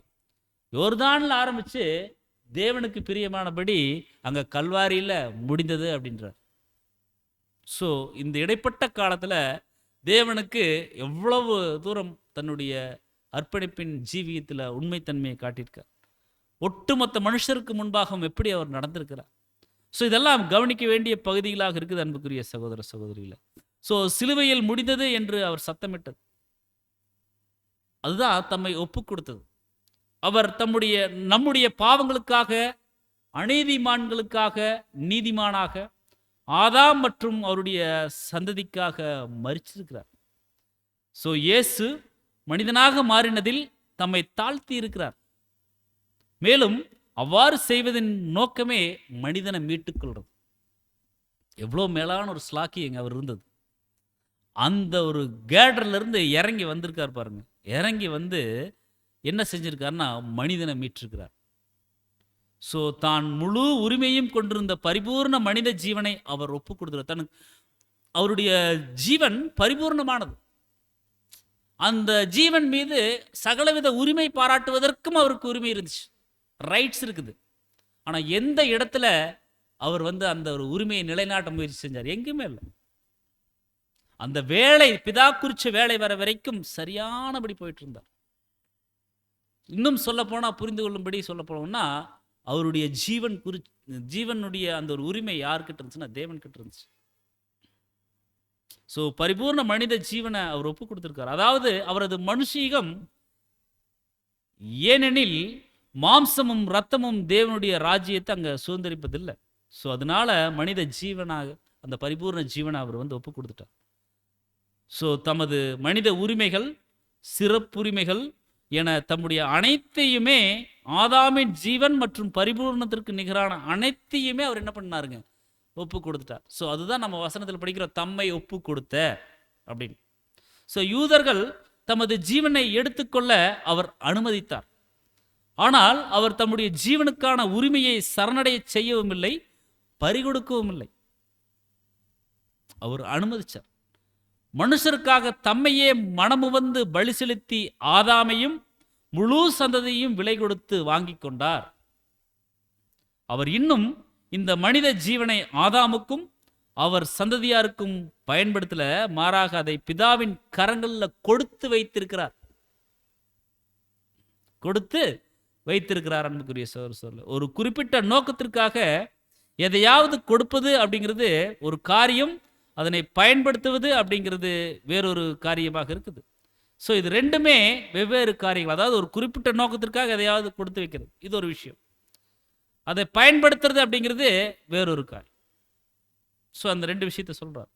ஸோ புதிய உடன்படிக்கை அந்த ஒரு காரியத்திற்கு மத்தியஸ்தம் செய்வதற்கு முன்பாக நமது கர்த்தருடைய பலி அவசியமாக இருந்துச்சு. அவர் நியாயப்பிரமாணத்தை முழுமையாக கை கொண்டார். மேலும் ஆதாமுக்காகவும் அவரது சந்ததிக்காகவும் தமது ஜீவனை பலியாக கையளித்தார். ஸோ வேதாகமம் உலகளாவிய மீட்பை போதிக்கிறதே ஒழிய உலகளாவிய மற்றும் நித்திய ரட்சிப்பை, சால்வேஷன், அது போதிக்குது. ஸோ பாவ நிவாரண திட்டத்தை நிறைவேற்றுவதற்கு அங்க தேவன் தன்னுடைய ஒரே பேரான குமாரன் ஆகிய கிறிஸ்துவை கொடுத்தார். கிறிஸ்துவும் தம்மை ஒப்பு கொடுத்திருக்கிறார். ஏன்னா நியாயமாக தீர்ப்பு செய்யக்கூடியவர் தேவன். ஸோ அதுக்காக தன்னை அவர் ஒப்பு கொடுத்திருக்கார் அப்படிங்கிறத நம்ம பார்க்கிறோம். ஸோ பிதாவின் திட்டத்திற்கு இசைவாக அவர் என்ன பண்ணார்? நேர்மையோடும் மனத்தாழ்மையோடும் மரண பரியந்தமான அந்த ஒரு கீழ்ப்படிதலோடும் தம்மை ஒப்பு கொடுத்திருக்கார். ஸோ கிறிஸ்து ஆசாரியராகவும் பலி செலுத்துபவராகவும் இருக்கிறார். நியாய பிரமாணத்தின் கீழாக பிரதான ஆசாரியன் பாவத்திற்கான பலியாக மிருகத்தை, கீழான சுவாபம் உள்ள மிருகத்தை பலி செலுத்தியதில் இது சித்தரிக்கப்படுது அப்படின்னு சொல்லி இங்க சகோதரர் சொல்றார்.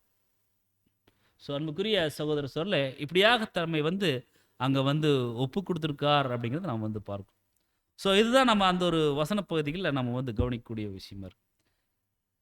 மேலும் 1 தீமோத்தேயு 2ஆம் அதிகாரம் 7ஆம் வசனத்தில் சொல்றாரு, இந்த ஒரு டாக்ட்ரினை, இந்த ஒரு காரியத்தை சொல்வதற்காக, ஸோ இதுக்காகவே நான் பிரசங்கியாகவும் அப்போஸ்தலனாகவும் புறஜாதிகளுக்கு விசுவாசத்தையும் சத்தியத்தையும் விளங்க பண்ணுகிற போதகனாகவும் நியமிக்கப்பட்டிருக்கிறேன், அப்பாயின்மெண்ட் பண்ணப்பட்டிருக்கிறேன். எதுக்காகனா மேலே நம்ம பார்த்தோம் இல்லைங்களா, தேவன் ஒருவரே, அவருக்கும் மனிதனுக்கும் மத்தியஸ்தரும் ஒருவரே, மேலும் பார்த்தோம் எல்லாரையும் மீட்கும் பொருளாக கொடுத்துருக்காரு கர்த்தர், மனுஷனாக பிறந்திருக்கார் கர்த்தர், இந்த விஷயங்களெல்லாம். ஸோ அதுக்காக அதெல்லாம் பிரசங்கிக்கிறதுக்காகத்தான் நான் அப்போஸ்தலனாக புறஜாதிகளுக்கு விசுவாசத்தையும் சத்தியத்தையும் விளங்க பண்ணுகிற போதகனாகவும் நான் நியமிக்கப்பட்டிருக்கிறேன். நான் பொய் சொல்லாமல் கிறிஸ்துவுக்குள் உண்மையை சொல்கிறேன் அப்படின்னு சொல்கிறார். ஸோ பரிசுத்த ஆராதனைக்கான அறிவுரைகளை இங்கே சொல்லும் பொழுது நான் பொய் சொல்லலை. மேலே பார்த்தேன் இல்லைங்களா, நான் பொய் சொல்லலை, நான் உண்மையை தான் சொல்கிறேன், கிறிஸ்துவுக்குள் உண்மையை சொல்கிறேன். ஸோ அருமையாக சொல்கிறார். ஸோ இதுக்காகத்தான் அப்படின்னா அப்போஸ்தலர் தாமே அப்போதும் கூட அங்கே 6வது வசனத்தில் சாட்சி கொடுப்பதில் கடன்பட்டிருந்தார் அப்படின்னு சொல்லி, ஈடுபட்டிருந்தார் அப்படின்னு சொல்லி சொல்கிறார். ஸோ யூதாஸ் இழந்து போன இடத்தில் அப்போஸ்தலனாய் பவுல் நியமிக்கப்பட்டிருக்கிறார். ஸோ தேவனால் தேர்ந்தெடுக்கப்பட்டு நியமிக்கப்பட்டிருக்கிறார். பாருங்க, அனனியாவுக்கு சொல்லும் பொழுது கூட அங்கே பர்னபா போய் அனனியாவுக்கு சொல்லுவார், தேவன் தெரிந்தெடுத்த பாத்திரம்னு சொல்லுவார். தேவன் தான் அப்போஸ்தலனாய் பவுலை தேர்ந்தெடுத்திருக்கிறார் கர்த்தர் வழியாக சொல்லுவார். அப்போஸ்தலனாய் பவுலுக்கு என்ன ஒரு விருப்பம் தெரியுங்களா, இதே பகுதி தான். யூதாஸ் இழந்து போன இடத்தில் அப்போஸ்தலனாய் பவுல் நியமிக்கப்பட்டிருந்தார். அதாவது அந்த கிரீடம் யூதாஸ் விட்டது, யூதாஸ் ஏமாந்து விட்டுட்டார். ஸோ யூதாஸ் விட்டது இன்னைக்கு எனக்கு வந்திருக்கு, அப்போஸ்தலனாய் பவுலாக எங்கிட்ட வந்திருக்கு, நான் கெட்டியாக பிடிச்சிக்கணும். ஸோ யூதாஸ் விட்டது இன்னைக்கு எனக்கு கிடைச்சிருக்குன்னா நான் உண்மையாக இருக்கணும், அதெல்லாம் யோசிக்கிறார். ஸோ அதுக்காக தேர்ந்தெடுக்கப்பட்டு நியமிக்கப்பட்டிருக்கார். ஸோ அந்த நியமிக்கப்பட்டிருக்கிறார் அப்படிங்கிறதுக்கு கிரீக் வேர்டு டித்தமி அப்படிங்கிற ஒரு வார்த்தை கொடுக்குறாங்க. தித்தமி அப்படிங்கிற ஒரு வார்த்தை நம்ம எலெக்ஷன் பாடத்துலலாம் நம்ம கவனிச்சிருப்போம். அவர் 12 வரை நியமித்தார் அப்படின்னா தித்தமி. ஸோ மனுஷராலும் அல்ல, மனுஷன் மூலமாயும் அல்ல, இயேசு கிறிஸ்துவினாலும் அவரை மரித்தோரிலிருந்து எழுப்பின பிதாவாகிய தேவனாலும் அப்போஸ்தலனாய் இருக்கிற பவுலாகிய நான், எவ்வளோ ஒரு விட்னஸ் கொடுக்குறாரு பாருங்க. நான் என்னை யார் அப்பாயின்மெண்ட் பண்ணியிருக்கிறாங்க அப்படிங்கிறத தெளிவாக சொல்கிறார். யாருங்க? மனுஷராலும் அல்ல, மனுஷர் இல்லை, மனுஷன் மூலமாயும் அல்ல, யாரும் கைகளை உயர்த்தி அங்கே பண்ணலை, இயேசு கிறிஸ்துவினாலும், அந்த இயேசு கிறிஸ்துவையே மரித்தோரிலிருந்து எழுப்பியிருக்கிறார் ஒருவர், அவர் தாங்க சர்வ வல்லமையுள்ள பிதாவாகிய தேவன். ஸோ தேவனாலும் அப்போஸ்தலனாய் இருக்கக்கூடிய பவுலாகிய நான் தன்னை குறித்து எவ்வளோ அருமையாக ஒரு விட்னஸ் கொடுக்குறார். ஸோ அந்த மாதிரி ஒரு வாழ்க்கையை அவர் வாழ்ந்திருக்கார் பிரியமான சகோதர சகோதரி. ஸோ நம்மளும் இப்படிப்பட்ட உண்மையான சத்தியங்களை எடுத்து சொல்வதற்காகத்தான் தேவ கிருபையில் நம்மளுக்கும் ஒரு வாய்ப்பு கிடைச்சிருக்கு. அதுக்காகத்தான் நாம் கர்த்தர் வழியாக இழுத்து கொள்ளப்பட்டு வந்திருக்கிற இந்த ஒரு சத்தியத்திற்குள். ஸோ நாம் எந்த அளவுக்கு நம்முடைய ஊழியங்களை, நம்முடைய வாழ்க்கையை தேவனுக்கு பிரியமானபடி நம்ம செலுத்துகிறோம், இதெல்லாம் நம்ம யோசித்து பார்க்கணும். ஸோ நம்ம உண்மையுள்ள ஒரு வாழ்க்கை தேவனுக்கு முன்பாக நாம் வாழக்கூடியவர்களாக அங்கே இருக்கணும். அதை சொல்லி அந்த ஒரு பகுதியை நிறைவு செய்கிறார். அடுத்ததாக 8ஆம் வசனத்தில் கூட சொல்றார், அன்றியும் புருஷர்கள் கோபமும் தர்க்கமும் இல்லாமல் பரிசுத்தமான கைகளை உயர்த்தி எல்லா இடங்களிலேயும் ஜெபம் பண்ண வேண்டும் என்று விரும்புகிறேன் அப்படின்னு சொல்லி அந்த ஒரு சாப்டர், அதாவது அந்த ஒரு பகுதியை, முதல் 7 வசனங்கள் 8 வசனங்களுடைய பகுதியை அவர் வந்து நிறைவு செய்தார். ஸோ இதெல்லாம் பரிசுத்த ஆராதனைக்கான அறிவுரைகளாக சொல்லிட்டு வர்றார். இப்படிப்பட்ட சரியான ஒரு டாக்ட்ரின்ல நீங்கள் கட்டப்பட்டவர்களாக வரும்பொழுது தான் அது பரிசுத்தமாக தேவனால் பார்க்கப்படும். அது பரிசுத்தமான ஆராதனையாக, பரிசுத்தமான தெய்வீக ஒழுங்குமுறைகளாக அது வந்து பார்க்கப்படும், பாவிக்கப்படும். ஸோ நீங்கள் இதெல்லாம் தெரியாமல், இந்த அடிப்படை வேதத்தின் மீதான அந்த ஒரு ஆலோசனைகள் மீது நீங்கள் கட்டப்படாமல் நீங்கள் வந்துட்டீங்க அப்படின்னா, தீமோத்தேயு சொல்கிறார், வளர்ந்துட்டாங்க அந்த சபையார் அப்படின்னா அது பிரயோஜனம் இல்லாமல் போயிடும். ஸோ அவங்களுக்கு நீ புத்தி சொல்லு. இந்த நல் மனசாட்சியை விட்டுற போகிறாங்க. ஏன் அப்படின்னா 20ஆம் வசனம் 1ஆம் அதிகாரம் 20ஆம் வசனம் முடிக்கும்போது சொல்லிட்டாரு, இம்மனையும் அலெக்சாந்தரும் அப்படிப்பட்ட அந்த ஒரு இடர்களுக்குள்ள கடந்து சென்றுட்டாங்க, ஆரம்பத்திலேயே போயிட்டாங்க. ஸோ இன்னும் நிறைய பேர் போவதற்குண்டான சூழல் வந்துரும்பா. இந்த ஒரு டாக்ட்ரின்ல அவங்கள நிலை கொண்டு வாழச் செய், சபையை திடப்படுத்து, கடிந்து கொண்டு புத்தி சொல்லு. அதுதான் அவங்களுக்கு ஏற்ற கால ஒரு ஆகாரமாக இருக்கும் அப்படின்னு சொல்லி அந்த பகுதியை அவர் நிறைவு செய்கிறார். ஸோ இதே ஒரு காரியம் தான் அன்புக்குரிய சகோதரர்களே நமக்கும் பரிசுத்த ஆராதனைக்கான அறிவுரைகளாக இருக்குது. இந்த அறிவுரைகளை, புத்திமதிகளை கேட்டு நாமும் பயன்பெற்றுக் கொள்வதற்கும், தேவனுக்கு பிரியமானபடி நம்முடைய வாழ்க்கையை மாற்றிக்கொள்வதற்கும், மற்றும் அனைத்து சகோதர சகோதரிகளுக்கும் இப்படிப்பட்ட மேலான சத்தியங்களை கொண்டு சேர்ப்பதற்கும் தேவன் தாமே இந்த வார்த்தைகளை நம்மளுக்கு ஆசீர்வாதமாக்கி தருவாராக. பொறுமையோடு கேட்ட நம் அனைவரையும் தேவன் ஆசீர்வதித்து வழிநடத்துவாராக. ஆமென்.